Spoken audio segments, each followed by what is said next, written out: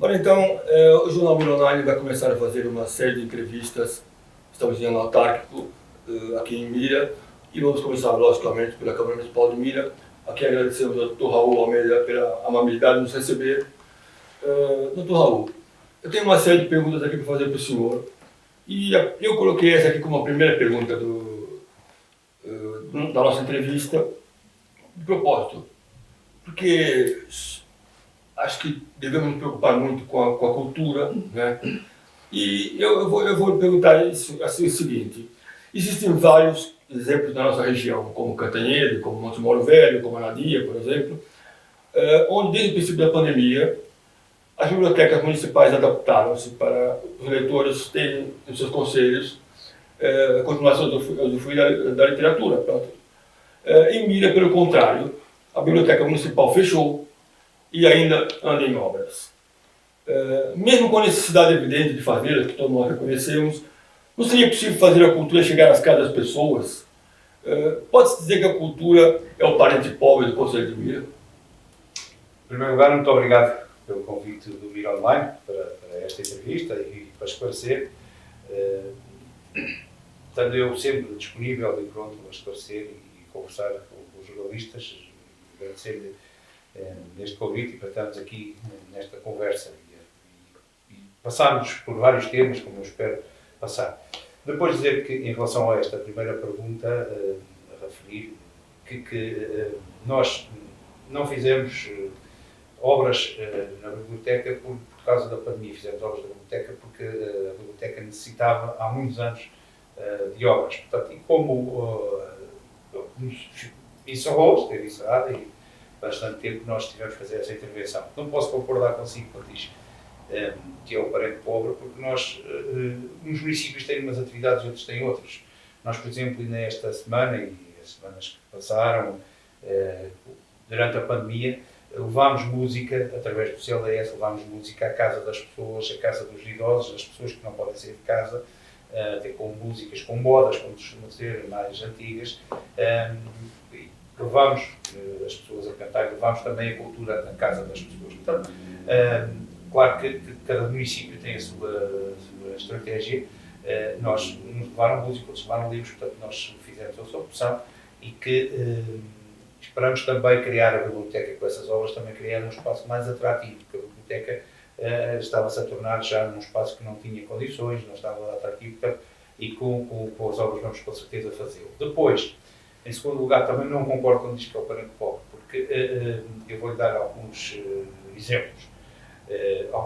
Primeiro alguns exemplos físicos, e já dei um, que é as obras da biblioteca. O segundo exemplo que posso dar é que nós estamos a construir um auditório com 250 lugares, precisamente para que aconteça a cultura, para que se faça a cultura, para que a cultura tenha um espaço digno para que as nossas associações possam fazer as suas atividades nesse espaço. Depois, dizer-lhe que nós, no âmbito desse projeto, da cultura, temos também aprovados já, por fundos comunitários, 100% financiado por fundos comunitários, 3 projetos culturais, de 100 mil euros cada projeto, e que inclui várias atividades, inclui vários concertos, inclui teatros, espetáculos, e muitos deles com as nossas associações locais. Portanto, e essas associações é que vão fazer com que muitos desses espetáculos também aconteçam, que muitos espetáculos para a nossa população, muita animação aconteça, são eles que os vão fazer, isto tudo financiado 100%, também é uma forma de os apoiar. Portanto, queria deixar aqui essa nota e queria deixar uma última nota também na cultura. Apesar de não ter havido, por parte das associações, por causa da pandemia, muitas atividades culturais, nós mantivemos os apoios às associações culturais na mesma linha. Portanto, também demos esse apoio, também é um apoio à cultura que damos. Certíssimo. Vamos mudar um pouquinho a agulha agora para uma parte mais sensível, vamos dizer assim. Nesse último ano, um dos assuntos que andam na ordem do dia em Mira logicamente, a BMG. Né? Os 3 autarcas em causa, Monte Moro Velho, Souro e, logicamente, Mira, o senhor nesse caso, são acusados de apadrinhar empregos sem concursos e de insistirem no modelo empresarial que, na opinião dos que discordam, dessa estratégia e nada beneficia os 3 conselhos. Pela parte que lhe toca, pelo conselho que o senhor dirige, o que o senhor pode dizer sobre essa situação? Dividir a pergunta em dois. Em primeiro lugar, em relação aos concursos do pessoal, deixar uma nota prévia, que já esclareci na Assembleia Municipal, que não foi cometida qualquer irregularidade. Entraram pessoas no início da ABMG, foram as primeiras pessoas que entraram para constituir, para começarem a trabalhar na ABMG.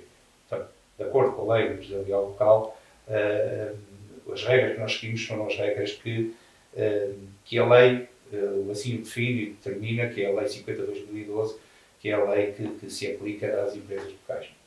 Essa pergunta está respondida e tenho dito que, face ao que tem acontecido, quando me pedirem mais esclarecimentos, darei obviamente todos os esclarecimentos e estamos estribados, estamos assegurados por parceiros jurídicos que nos dizem isso precisamente, portanto, aí que não quero deixar qualquer dúvida em relação a essa matéria. Posto isto, segunda parte da pergunta, eu começaria por dizer se hoje fazia a ABMG, se hoje tomava a mesma decisão ou se propunha aos órgãos que tomassem a mesma decisão. E a minha resposta é sim. Cada dia que me passa, me convenço mais disso, cada dia que passa tenho mais convicção disso. Quando me fala numa empresa, nós temos que esclarecer que é uma empresa local, 100% de capitais públicos, 100% de capital municipal. Eu já em algumas entrevistas, em algumas intervenções públicas, tenho de explicar que há várias formas de gerir este setor da água, que era só ser um município, e sem ser muito exaustivo, só ser um município, ser as águas de Portugal, ser 100% nas águas de Portugal, ou seja, ser o Estado português a fazê-lo, ser misto, ser 51% do capital das águas de Portugal e o resto do município, ou ser privado. Ou ser a que nós temos, o modelo que temos atual, que é ser agregado. Qual é que é a necessidade da agregação? O Sr. Ministro, quando esteve cá, também houve movimentos, e há movimentos, e houve discussões políticas que até nos chegaram a chamar mentirosos, que diziam que não era necessário. O Sr. Ministro, quando esteve em Açores, no dia 11 de janeiro, esclareceu que só quem tiver recuperação de custos, só acima de 50 mil habitantes, é que há financiamento comunitário. Posto isto, eu acho que este é o melhor modelo, porque as câmaras continuam a ter o domínio da situação. Depois, este último ano, com a ABMG, houve uma evolução muito grande. Eu posso lhe dizer, neste momento que estamos a fazer, a gravar a entrevista, que a qualidade da água aumentou bastante, aumentou exponencialmente nos últimos meses. Esta entrevista, se fosse há 3 ou 4 meses, se calhar já não podia dizer isso. Ora, os investimentos foram feitos fortemente nesse setor e que agora sim começam a dar resultado. Ainda não são os resultados que nós queremos, mas já são resultados à vista. Nós sabemos que as reclamações que têm existido, se olharmos, nos focarmos nas reclamações, sabemos que estes últimos 2 meses, se calhar, este ano 2020, mas há caminho a fazer, há caminho a percorrer e o que estamos a fazer. Por isso é que eu digo que era essa a decisão que tomava, porque, em primeiro lugar, estamos a fazer investimentos que não conseguimos fazer de outra forma. Nós vamos estar para o Tribunal de Contas a obra de saneamento do Seixo, da zona industrial Polo 1 e Polo 2. Há pessoas que ficaram admiradas aqui há meses atrás quando eu disse que o Polo 1 e o Polo 2 não têm saneamento. E que, além da ligação do saneamento das zonas industriais, temos também a ligação de 500 casas, 500 fogos, no Seixo e Cabeças Verdes. Além disso, há uma obra que veio, que esta obra obrigou que as Águas Centro Litoral fizessem uma obra de 1.200.000 euros que vai ligar ao saneamento em alta à zona do Leque, que por sua vez vai permitir que depois se faça saneamento no Cabeça, que se faça saneamento nos Carapês, se faça saneamento no Corticeiro. Portanto, são tudo trabalho que é feito. Depois, além destas obras, também está em concurso público para a apresentação de propostas, uma estação de tratamento de água de 1.100.000 euros na presa. Nunca em mira na água foi feito um investimento deste valor, 1.100.000 euros, numa estação de tratamento de água. Portanto, que estará em obra, se tudo correr bem, em junho, julho estará em obra, terá um ano de execução. Portanto, eram coisas que se não fossem feitas através deste modelo, que era difícil. Obviamente que eu ouço muita gente falar, nos últimos tempos penso que já não se fala tanto, mas também não ouço alternativas. Quais são as alternativas a isto? Ficarmos sozinhos? Temos que ter uma tarifa altíssima para podermos ter este montante de investimentos? Não ouço, não tenho visto. Não tenho ouvido alternativas, não sei quais são as alternativas que se apresentam para isto. E depois quero dar aqui uma última nota, para não ser muito exaustivo, que é a questão da qualidade técnica. Há uma equipa técnica, há um corpo técnico que trabalha só dedicado a estas questões de água e saneamento e que nos consegue fazer e conseguimos ter resultados muito bons em relação a essa matéria. Dou-lhe o exemplo que nós temos perdas de água, nós no nosso município temos perdas de água que em determinados momentos dava quase para satisfazer a nossa população, ou seja, a água que nós perdemos é quase tanta como a que colocamos em casa das pessoas. Portanto, já viu, tanto se fala hoje em dia de ambiente, também é uma preocupação isso, porque é desperdício de água, a água é um bem essencial, portanto, e também temos que combater. Também temos uma candidatura para os 3 municípios de 1.300.000 euros só para combate às perdas de água. Portanto, por isso é que eu termino como comecei, que era que hoje voltava a tomar esta decisão. Claro que é um bocadinho difícil, são decisões difíceis, mas isto também não é feito de decisões fáceis e temos que corrigir, melhorar. Correto. Vamos falar agora de um outro caso que parece que ainda dará o que falar, que é a Luz e Águas. É verdade que esse processo ainda não está encerrado. É verdade que a empresa está exigindo indenização de cerca de 800 mil euros à Câmara Municipal de Milha. Por fim, qual o balanço que o senhor faz de todo esse processo que nasceu, mas não se concretizou? Eu começo por fim, começo pela última pergunta, que é qual é o balanço que eu faço. Nós as câmaras municipais têm competências e atribuições, uma das competências e atribuições é a atração de investimento. Ora, nós, no âmbito dessa atração de investimento, quando nos chega uma empresa, nos bate aqui à porta, ou nós vamos à procura de uma empresa e nos diz que tem um projeto para 400 postos de trabalho, nós não podemos dizer a essa empresa, olha, vá-se embora, ao fim de um dia ou dois. Teremos que analisar seriamente e teremos que analisar e fazer uma análise de todas as circunstâncias e tudo aquilo que diz respeito a esse investimento, porque são 400 postos de trabalho e diretos, porque indiretos seriam muito baixos. Foi isso que nós fizemos, começámos a analisar e analisámos e fizemos o seguinte, assinámos um memorando de entendimento. Não quisemos assinar nenhum contrato com a Mersa, nem quisemos assinar nenhuma escritura, não quisemos assinar mais do que um memorando de entendimento. O que é um memorando de entendimento? É um guia, é um guião, em que ambas as partes dizem que eu faço isto, eu digo que tu fazes isto, até chegarmos, alcançarmos o desidrato final, o encontro final, e nesse momento assinarmos a escritura ou assinarmos um contrato de promessa e concretizarmos o investimento. Eu sempre disse, e é público, e todas as minhas declarações, que se houvesse um parecer negativo em relação àquele investimento, o investimento não vinha para mim. Portanto, mas, como havia um caminho a percorrer, o documento que nós achámos e que entendemos, apesar da empresa querer outros documentos, que era apenas um memorando de entendimento, que é pré-contratual, é apenas negocial e que, do nosso ponto de vista, não cria qualquer direito à indenização, porque e a jurisprudência assim o diz, digamos que é, como eu há bocado referi, apenas um guião pré-contratual que nos vai levar a um fim. A empresa entende que não, entender que não, colocou uma ação em tribunal, nós entendemos que isso não existe e achamos que a razão está do nosso lado. Agora, referir, como disse desde o início, que desde o primeiro minuto disse sempre que se viesse um parecer negativo que nós não aceitaríamos. E vou-lhe dar o que é que acontece. Neste momento, 60% daquele território tem um parecer negativo do UNEC que nem a Luz e Águas, nem outro qualquer projeto consegue lá instalar naqueles hectares.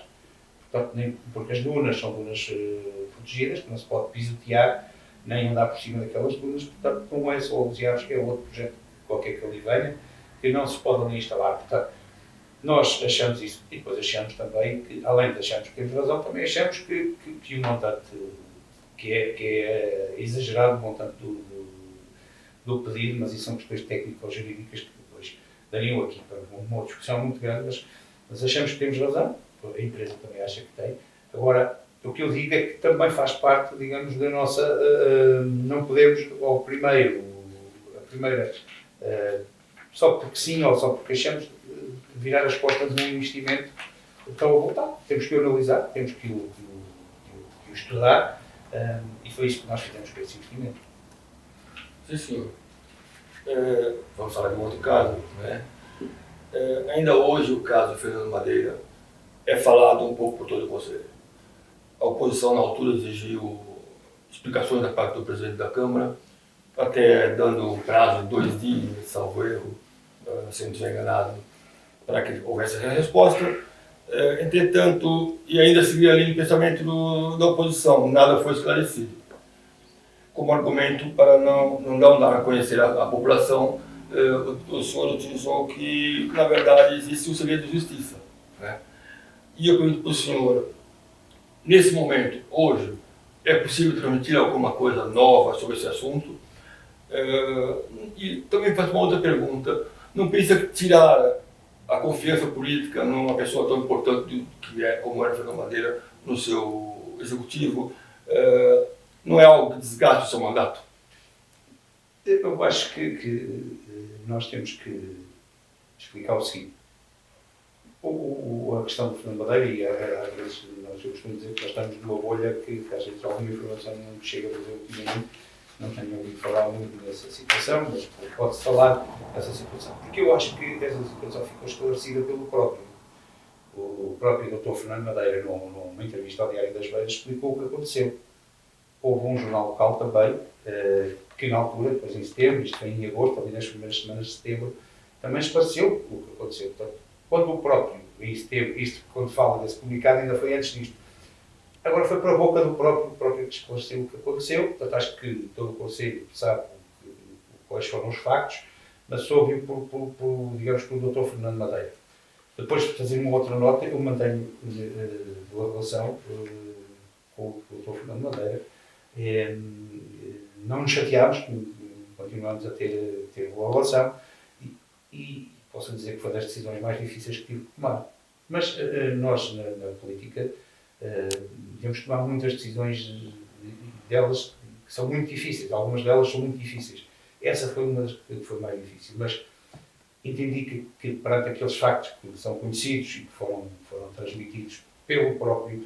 Porque podem dizer que se escondi para trás do segredo de justiça, eu tinha, e ainda por cima sendo jurista, tinha que obedecer a isto. Mas a partir do momento que o próprio explicou o que aconteceu, está na comunicação social, vem no Diário das Beiras, depois vem num outro jornal, está explicado, as pessoas que quiserem saber é só eu comprar esses jornais, ler o que está lá escrito, ele explica detalhadamente o que é que fez, o que é que aconteceu. Portanto, acho que o facto, acho que está esclarecido, está fechado, e depois em relação a manchar o mandato, eu julgo que não, porque são decisões difíceis. E se dissesse assim, não acredito tomar, de maneira nenhuma.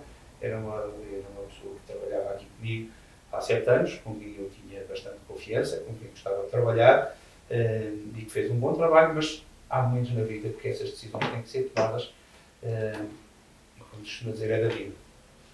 Certíssimo. Vamos mudar um bocadinho novamente aqui a agulha, né? A floresta, o barrinho, o mar, são assim, digamos, dádivas que a natureza deu ao Conselho de Milha, né? Como autarca e, acima de tudo, como cidadão, o que o cidadão Raul Almeida tem a dizer sobre o que tem sido feito nessa área, no seu mandato, nos seus 2 mandatos? Acredita que está contente com o que tem sido feito? Acredita que pode ser feito mais? Porque também parece que o ambiente é uma área um bocado sensível no seu mandato. Tem sido algum ponto de ponto negativo em relação àquilo que as pessoas costumam falar sobre o seu mandato. Acha que o que está acontecendo durante o mandato, que o senhor tem exercício dos 2 mandatos, pode ser melhorado nesse aspecto ainda? Ou chegou a um ponto que não depende só da boa vontade, também é preciso também que as pessoas contribuam de uma outra forma para que o ambiente de Milha também se mantenha o melhor possível? Eu acho que o Francisco sendo uma pessoa atenta ao que se passa e nas redes sociais, acho que esse ponto negativo em relação ao ambiente é uma narrativa que se tem criado. Porque o que é que eu fiz, qual foi a minha ação, o que ações é que os meus executivos tiveram que contribuir um pouco para as questões ambientais serem boas ou, neste caso, serem más. Portanto, acho que é essa narrativa que tem acontecido, tem-se falado. Vou dar um exemplo das descargas. As descargas têm 15 anos. Em Miranda. Quem é que permitiu, e nem eu nem sequer estava na política, quem é que permitiu que se construíssem pontos de entrega de saneamento junto à lagoa? Quem é que se permitiu que se construíssem junto ao casal, digamos, estações elevatórias ou fusíveis de descarga? Quem é que permitiu que Cantanhede entrasse no sistema das descargas? Quem é que permitiu? Portanto, isso foram problemas ambientais que eu herdei. Eu não me coloquei, não foi uma ação minha que me levou a esse problema. E depois dizer-lhe outra coisa, por exemplo, este primeiro mandato, este segundo mandato, começa com os incêndios florestais, que foram os maiores incêndios da nossa história. Para falar da floresta. Começa, passado um ano, com o Leslie, que destruiu também uma grande parte da floresta, daqueles pinheiros, daquelas árvores que já não tinham muitas condições, porque já estavam nos incêndios. Mas, explicado isto, digamos assim, que constrói-se essa narrativa que mas não foi por ação, não foi por contributo, não foi porque eu pusesse, ou não fui eu que instalei, como eu disse há bocado, não fui eu que instalei nenhuma estação ao pé da lagoa ou ao pé de uma vala. Agora, obviamente que eu fui eleito para resolver problemas, fui eleito para resolver esses problemas. Isto temos estado a resolver. Em relação a essa questão das descargas, pressão em cima do Estado, pressão em cima de quem tem que resolver, pressão em cima de quem tem a responsabilidade de resolver. Já fui recebido uma série de vezes por membros do governo, já fui a Lisboa tentar resolver o problema. Já criámos uma comissão de acompanhamento na Assembleia Municipal para acompanhar o problema. Estou à espera, ainda só não fui ouvido na Comissão Parlamentar de Ambiente na Assembleia da República por causa da questão da pandemia, mas está agendada, está aceito o requerimento que nós fizemos para ir explicar a todos os deputados da Nação qual é que é esse problema das descargas, e tem sido feito esse caminho, tanto que há um investimento de 12 milhões de euros que está a correr, que é para a construção da ETAP, que é a solução final do problema.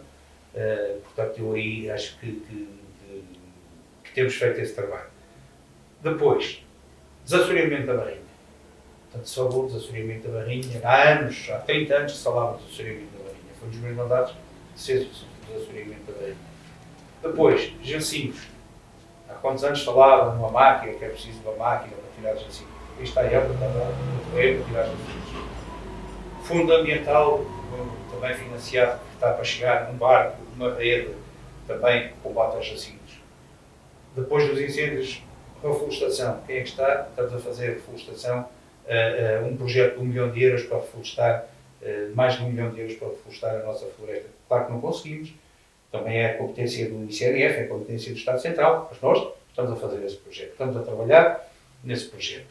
Há um projeto que muitas pessoas não ligam muito, que é o projeto ECO21, e o galardão que nós recebemos. Mas isso é um galardão que nós nos submetemos a atingir determinadas regras, nos propomos a atingir determinadas regras em termos ambientais, em termos de práticas ambientais. E nós fizemos isso, submetemos a isso, ganhamos o galardão, mas para obtermos, temos que submeter a novas regras ambientais. Portanto, na política, que eu determino como comecei, há determinadas narrativas às vezes que se fazem e que obviamente têm que ser desmontadas. Portanto, tenho feito esse caminho, tanto na florestação, como na Barrinha, como na Lagoa, como na questão das descargas, que é um trabalho que nós fazemos incessantemente. Foi bom ter falado em galardão, porque justamente a próxima pergunta fala sobre um galardão.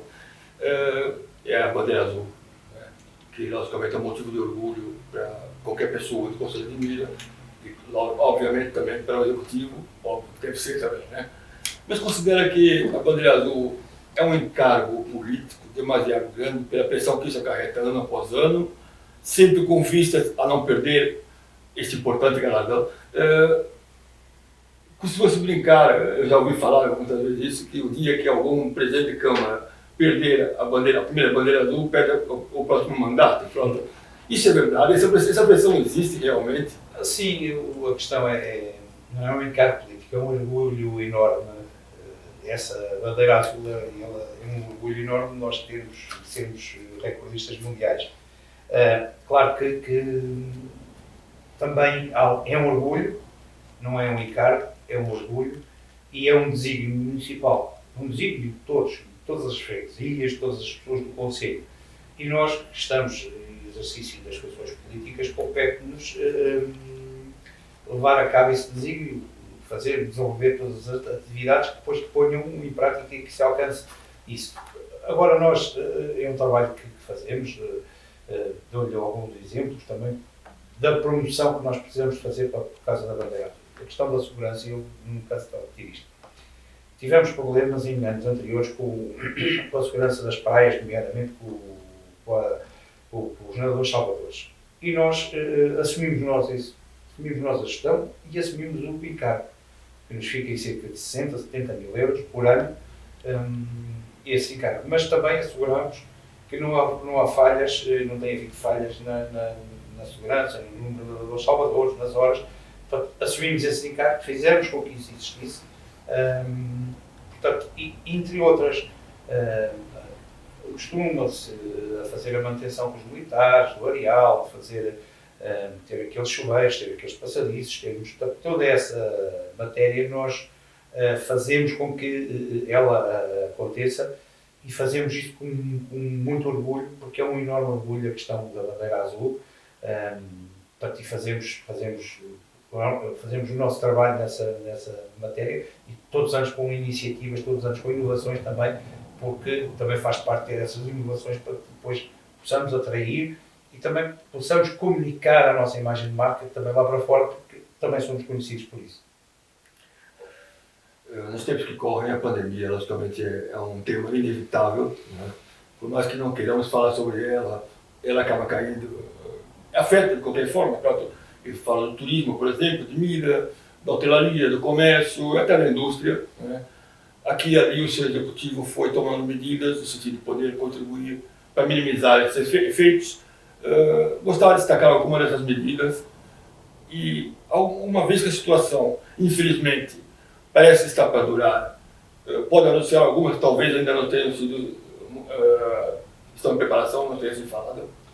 Sim, nós em primeiro lugar, as medidas que já tomamos, que temos tomado, que está uma boa, que é o apoio às empresas no apoio da água, no tarifário da água, portanto, que também é um apoio que é feito é dado pelo município.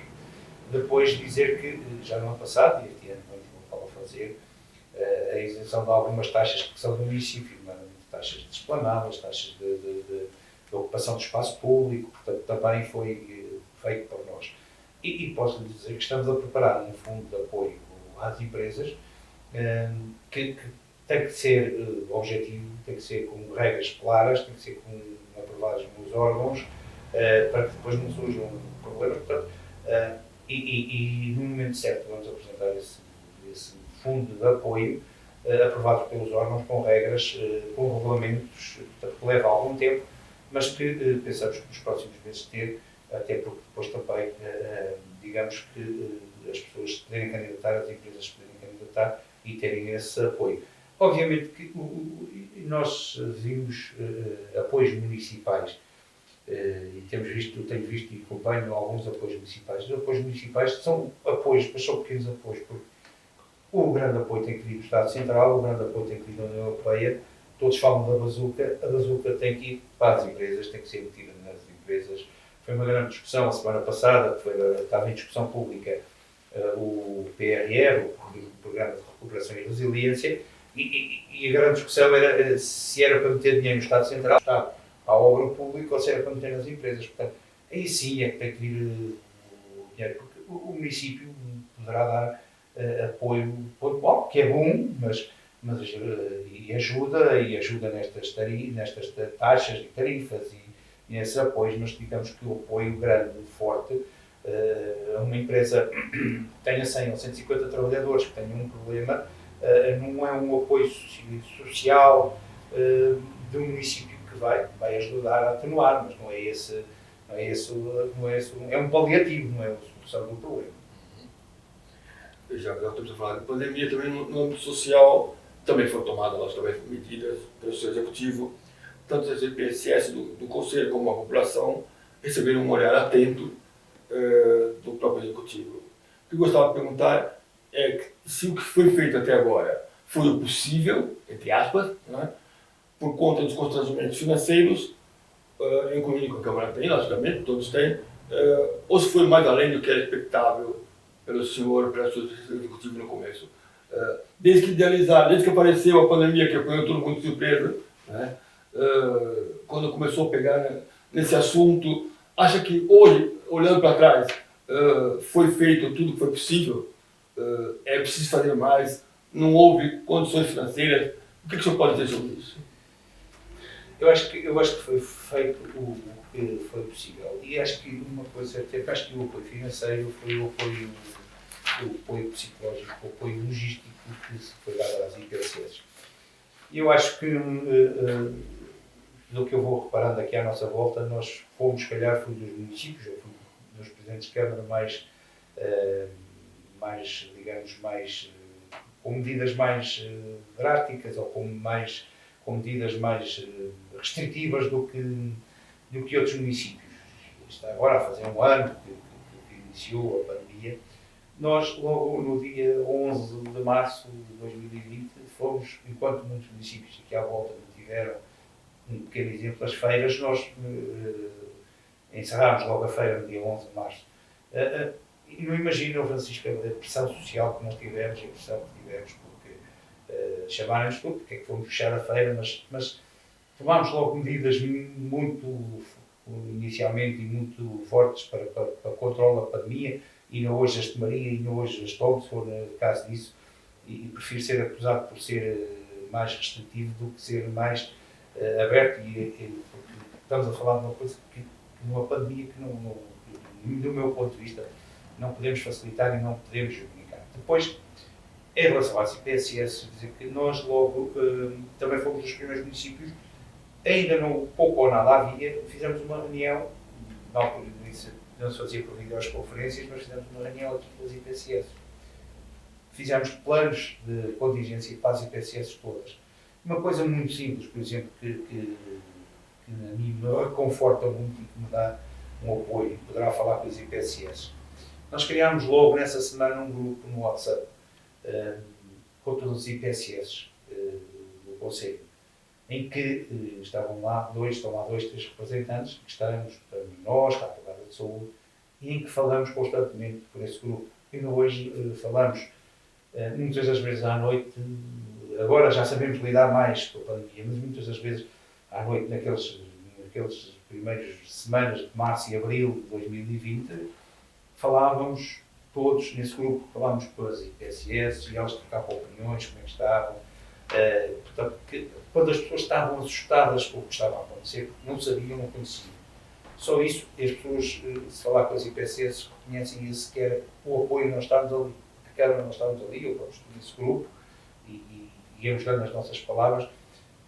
Depois temos sempre apoio e equipamento, e nesta semana distribuímos novamente equipamentos pelas IPSS, portanto, tudo o que é equipamento de proteção individual, portanto, fizemos essa distribuição e também damos os apoios que são necessários a eles. Portanto, quero deixar também aqui uma palavra de agradecimento, porque tiveram e têm ainda um papel muito difícil no controle. Infelizmente nunca tivemos grandes casos nem grandes surtos aqui nas nossas IPSS. Excelente, isso é muito bom, muito bom. Sim, fruto do trabalho das pessoas que lá estão. Claro. Estamos a falar aqui da pandemia, já que estamos nela, então vou falar mais um bocadinho. A vacinação já iniciou para a Admira, daquilo que é transmitido diariamente, está tudo ocorrendo dentro da normalidade? Eu penso que sim, mas a vacinação é da responsabilidade do Serviço Nacional de Saúde e é que faz a vacinação, porque que nós sabemos, eu que damos o link também pela comunicação social, se há mais vacinas, já todos sabem que neste primeiro trimestre não vai existir o número que estava previsto de vacinas, só talvez no segundo trimestre. Portanto, o que nós fizemos foi, com a Autoridade de Saúde, com a entidade de saúde, criar as condições e colocar as condições ao serviço do que fosse necessário para que essas vacinações existissem. Vou dar o exemplo do pavilhão municipal, em que temos funcionários, colocámos ao dispor, tanto o material como o próprio pavilhão, como os funcionários, para dar todo o apoio logístico que é necessário portanto, na vacinação. Portanto, mas depois os critérios, como é que está a decorrer, o Serviço Nacional de Saúde. Correto. E já que estamos a falar da área de saúde, foi entregue recentemente uma unidade móvel que já está a circular em honra da saúde dos mirenses, né? E eu pergunto para o senhor, nesse mesmo dia, o senhor anunciou que está em curso um amplo projeto de remodelação do centro de saúde. Quer explicar aos mirenses mais especificamente em que ponto está esse projeto? Sim. Dizer que todos nós temos que olhar para a saúde e vimos as dificuldades que o Serviço Nacional de Saúde tem e nós, município, temos dado todo o apoio neste momento de pandemia. Mas a Unidade Móvel de Saúde é um projeto que já tem 2 anos ou 3, portanto, veio antes da pandemia, só se concretizou agora, e que é um veículo, como foi apresentado, que foi entregue, cedido temporariamente ao Centro de Saúde para que possam fazer as consultas, portanto, financiado por fundos comunitários também, uma parte da componente nacional também por fundos nacionais. Depois, dizer, também dar o apoio que se dá à saúde, não é só isso. As extensões de saúde, neste momento, estão a funcionar e trabalhar porque têm funcionários do município que asseguram esse funcionamento. Não tendo o Ministério da Saúde pessoal suficiente, nomeadamente auxiliares, são do município, pessoas do município, funcionários, colaboradores, que nós destacámos para isso, para que aquelas extensões de saúde não fechassem, para prestar serviços de saúde de proximidade às nossas populações. Portanto, asseguramos. Depois, também a questão do centro de saúde, das obras do centro de saúde. É um trabalho que já traz 2, 3 anos de trás. Porquê? Eu há 2 ou 3 anos quero junto das entidades a dizer que o município de Mira assume os 15% da remodelação, 15% do financiamento da remodelação do centro de saúde. Ou seja, identifiquem-nos com necessidade, com prioridade de investimento, arranjem-nos os 85% do financiamento da obra, que nós fazemos o resto. E estamos a fazer. E já fizemos. Já fizemos, depois dessa pressão de protocolo com a ARS, com a Autoridade Regional de Saúde, já fizemos o projeto e pagámos o projeto, temos o projeto aprovado na reunião de Câmara e vamos abrir o concurso público. Porquê? Porque há um aviso para estes equipamentos de saúde que nós queremos ir a esse aviso. Queremos que ele esteja mapeado, que esteja identificado com a necessidade de prioridade de investimento, que está. Queremos que estar em condições de reunir as condições para podermos lá ir. Quais são as condições? É ter mais maturidade, e a maturidade tem vários graus. Podíamos só ter protocolo com a ARS, podíamos só ter projeto aprovado, mas nós queremos mais que isso. Queremos ter um concurso público lançado, que é para ter consistência, para que as entidades saibam que não, nós temos um concurso público. Mas também lhe garanto que só avançará a obra, e é uma cláusula que fica lá no contrato, no concurso público, só avançará se tiver financiamento dos 85%. Portanto, este exemplo da Recua do Matador são investimentos que são do Estado Central, mas que nós, o município, que alavancamos, puxamos, fazemos com que aconteçam mais rápido e fazemos, em alguns casos, se calhar até que aconteçam. Portanto, estamos a falar de um investimento de 1.700.000 euros no centro de saúde. Portanto, praticamente é um centro de saúde novo, porque, infelizmente, quem conhece aquelas instalações não estão em condições. Mas nós estamos a ser, e é isso que o poder local tem que ser, é a alavanca destes projetos, e é fazermos com que eles aconteçam. Isso é que é o essencial. Também temos o caso aqui da escola secundária, também há um projeto também, se calhar não está no mesmo patamar que está no centro de saúde nesse momento, também vai ser feito, penso eu, que seria feito da mesma forma, seria seguido o mesmo plano, seria isso? Sim, a escola secundária também segue o mesmo plano. Está mais atrasado, porque eu já fui, mas isto também é um caminho que tem 2, 3 anos. Eu já fui a Lisboa a reunir com a Secretária de Estado da Educação, até na altura ainda era a atual Ministra Alexandra Leitão, menos 2 vezes, com a Diretora Regional da Educação, portanto, para mapear. Está mais difícil, está mais atrasado, é um processo diferente do RS, não funciona por protocolo, tem que ser submetido o projeto na plataforma, mas nós estamos a fazer o projeto, já temos o projeto feito, está praticamente executado, vamos submetê-lo na plataforma e vamos ao aviso, nós vamos à candidatura das escolas. Agora podemos não ir com uma maturidade, podemos ir não tão avançados como no Centro de Saúde, mas o princípio é exatamente o mesmo, é também a Câmara suportar o projeto, suportar os 15% do investimento, desde que se garanta esse investimento. Portanto, mas são 2 áreas essenciais, saúde e educação, que são da competência do Estado Central, mas que nós queremos que elas aconteçam em dia. O mais rápido possível. O mais rápido possível, senão não seria possível. Vamos fugir um bocadinho agora, vamos tentar fazer um bocadinho mais rápido, para poder... O Francisco sabe que eu tenho esse defeito, porque começa a falar muito calmo, se vir que eu estou a falar demais, vamos calar. Tenho poucas questões, muito poucas questões mesmo. Uma delas que eu acho pertinente, porque no contato que tenho com as pessoas na rua, muitas vezes escuto que as pessoas do Conselho, na parte mais sul do Conselho, queixam-se de ser um bocadinho discriminadas pelo poder de Mira em relação a quem está na praia ou quem está na parte norte do Conselho. Concorda que realmente a parte sul do Conselho está um bocadinho abandonada, entre aspas, a nível de infraestruturas, por exemplo, e já agora, por que não, por exemplo, fazer uma espécie de descentralização cultural, levar as populações como Comeal, como Ramalheiro, Corujeira, por exemplo, Emida, levar a essas localidades algum tipo de evento cultural, teatro aqui do Conselho, por exemplo, estou a lembrar agora rapidamente aqui da Feira de Mira, da Feira de Velharia.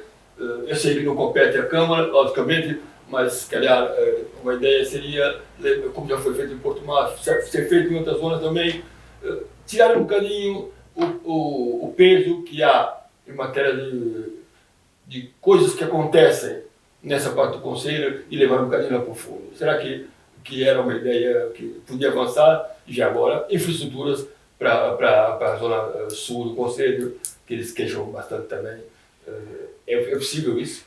É normal as pessoas queixarem-se e as pessoas defenderem cada a sua aldeia, a sua terra, e acharem sempre que na sua aldeia e na sua terra, com os investimentos, isso também até é saudável que exista essa diferenciação ou essa reclamação. Depois de dizer que nessa questão da Feira das Velharias, isso é da Junta de Freguesia de Mira, agora, obviamente, poderemos pensar nessa ideia dos eventos culturais. Mas há um tecido associativo muito grande e muito forte no sul do Conselho, que também faz as suas atividades, muitas delas culturais, mas neste momento que não tem atividade por causa da pandemia, mas que a Câmara apoia essas atividades culturais. Depois, em relação às infraestruturas,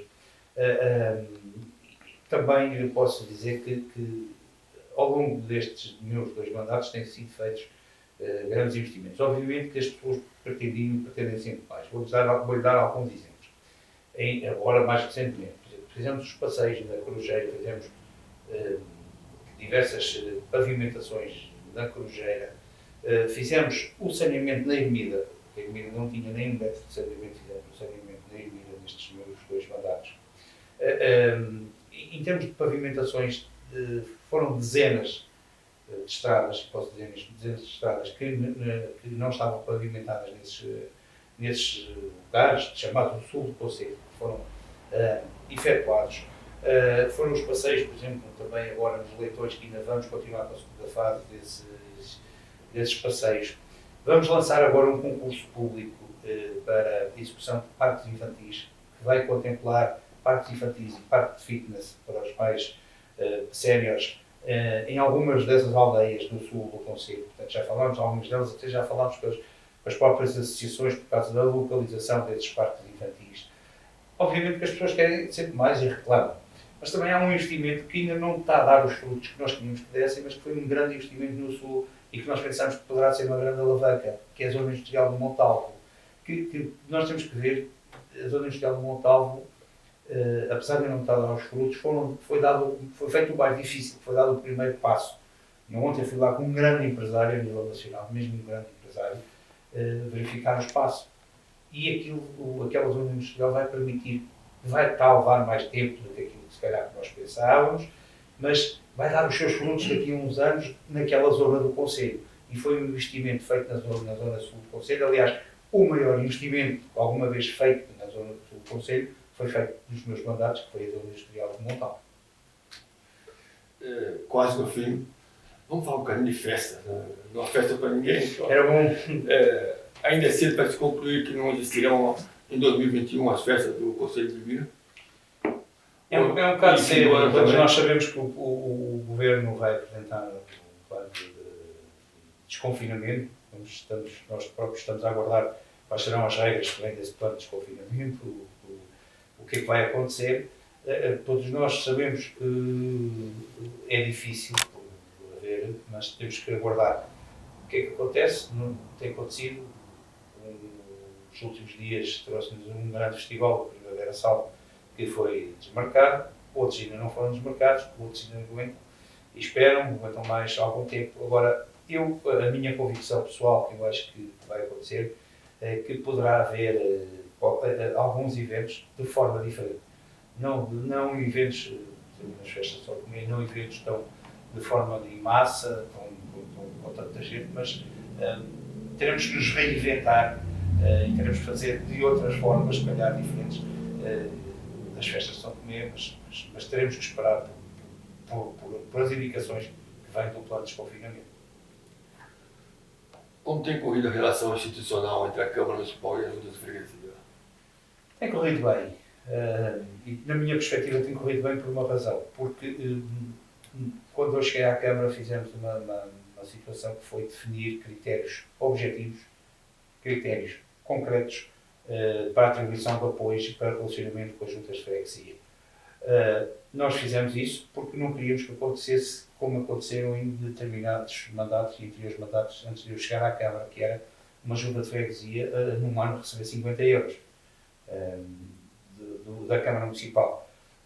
Nós fixámos regras objetivas, claras, e obviamente que os seus presidentes de junta podem não concordar com essas regras. E é legítimo, não concordem, porque até querem defender o seu território, querem defender as juntas de freguesia, mas as regras são conhecidas no início do mandato. Antes de se começar o mandato já sabem que são aquelas regras, por número da população, por número do território, por quilómetros quadrados do território. Portanto, estão definidas previamente.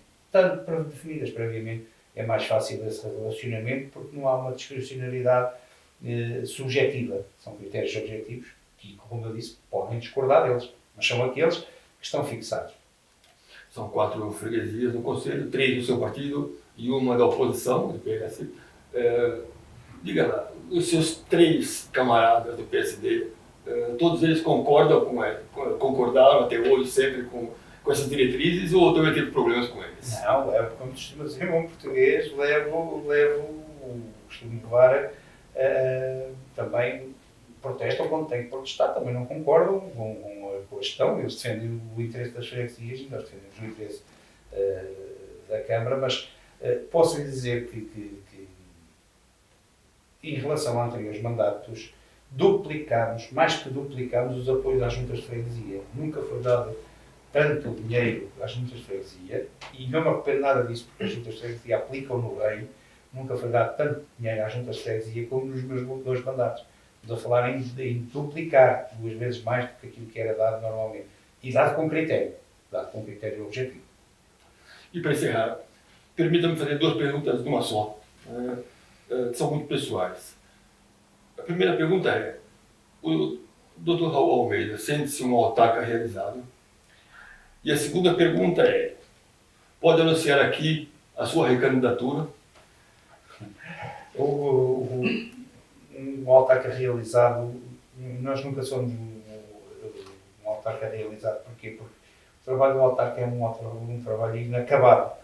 Eu às vezes costumo dizer que nós temos momentos de euforia, em muitos momentos de depressão, e depressão temos alguns momentos de euforia. Porque nós conseguimos resolver um problema, digamos, conseguimos agora arranjar o financiamento para um projeto, conseguimos arranjar, concretizar um projeto, conseguimos meter uma obra na rua e ficamos todos contentes, mas logo a seguir temos mais 2 ou 3 problemas para resolver, portanto, e a euforia daquele momento é apagada logo por problema que veio a seguir. Portanto, é uma obra inacabada, é sempre mas sinto que tenho feito muitas coisas, sinto que tenho capacidade também para fazer muito mais coisas. Em relação à segunda pergunta, foi conhecido agora estes últimos dias que o meu partido anunciou ou disse que algumas pessoas, alguns candidatos, algumas presidentes de câmara estavam em condições e que teriam o aval. É com muito gosto que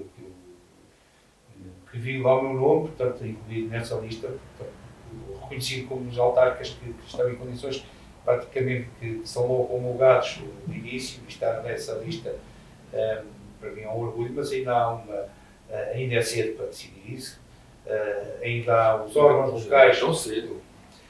Há um momento para tudo. Há um momento que os órgãos locais têm que decidir, tem que ter uma conversa com os órgãos locais do partido, com a comissão política, tem que conversar, tem que fazer uma avaliação com eles, e tem que ser tomada essa decisão de forma ponderada. Tenho que falar com a minha família, tenho que pensar em tudo isso. Portanto, mas agora eu estou focado, digamos assim, no trabalho que tenho a fazer como autarca, como presidente de Câmara, no tal trabalho que está sempre inacabado. Quer dizer que a resposta por hoje é um nim. Por hoje é um nim. Estamos a pensar, estamos a refletir, estamos a conversar. Não é um momento ainda para isso. Muito agradecido pela sua disponibilidade mais uma vez. Desejo uma boa continuação, que todos nós, né, quem está aqui e quem está vendo, tenhamos daqui para frente dias melhores, porque ao fim e ao cabo é o que desejam, né? E se por acaso o Dr. Homer tiver mais alguma coisa que queira falar, que ainda não foi falado, ainda tem um tempinho, pode utilizar. Não, quero agradecer. Quero agradecer o convite do Mirão Online. Quero agradecer também também o estilo de entrevista informal que tivemos aqui. Deixar esclarecer sempre que posso, acho que, e sempre que tiver oportunidades e que for convidado, terei sempre ao dispor do Mirão Online para termos estas conversas, para esclarecer a população. Não há nada como esclarecer, ser transparente, responder frontalmente às perguntas que aqui me fez e que me colocou, e responder frontalmente, porque há que prestar contas às pessoas, há que prestar contas aos municípios daquilo que nós fazemos no nosso dia-a-dia. Por isso, nada mais a acrescentar, deixar que todos tenham cuidado, que se protejam, e que façam que a tal pergunta que me fez das festas, que possamos dar um abraço no verão, ou que tanta falta nos faz, não é? Dar um abraço e que nos podemos juntar. Eu disse isto numa reunião com as associações, e um dos grandes objetivos é fazer uma grande festa das associações, com todas as associações do município, em que durante 2 ou 3 dias se faça cultura, se faça desporto, se faça tasquinhas, todas as associações que têm estado sem trabalho e sem atividade, e com o apoio da Câmara Municipal, que se juntem todos, que façamos uma grande festa e que demos um grande abraço coletivo. Muito obrigado mais uma vez, então. Em nome do Mirão Online e do João Dias, o nosso técnico aqui, formidável, muito obrigado a todos pela atenção e até a próxima, se Deus quiser.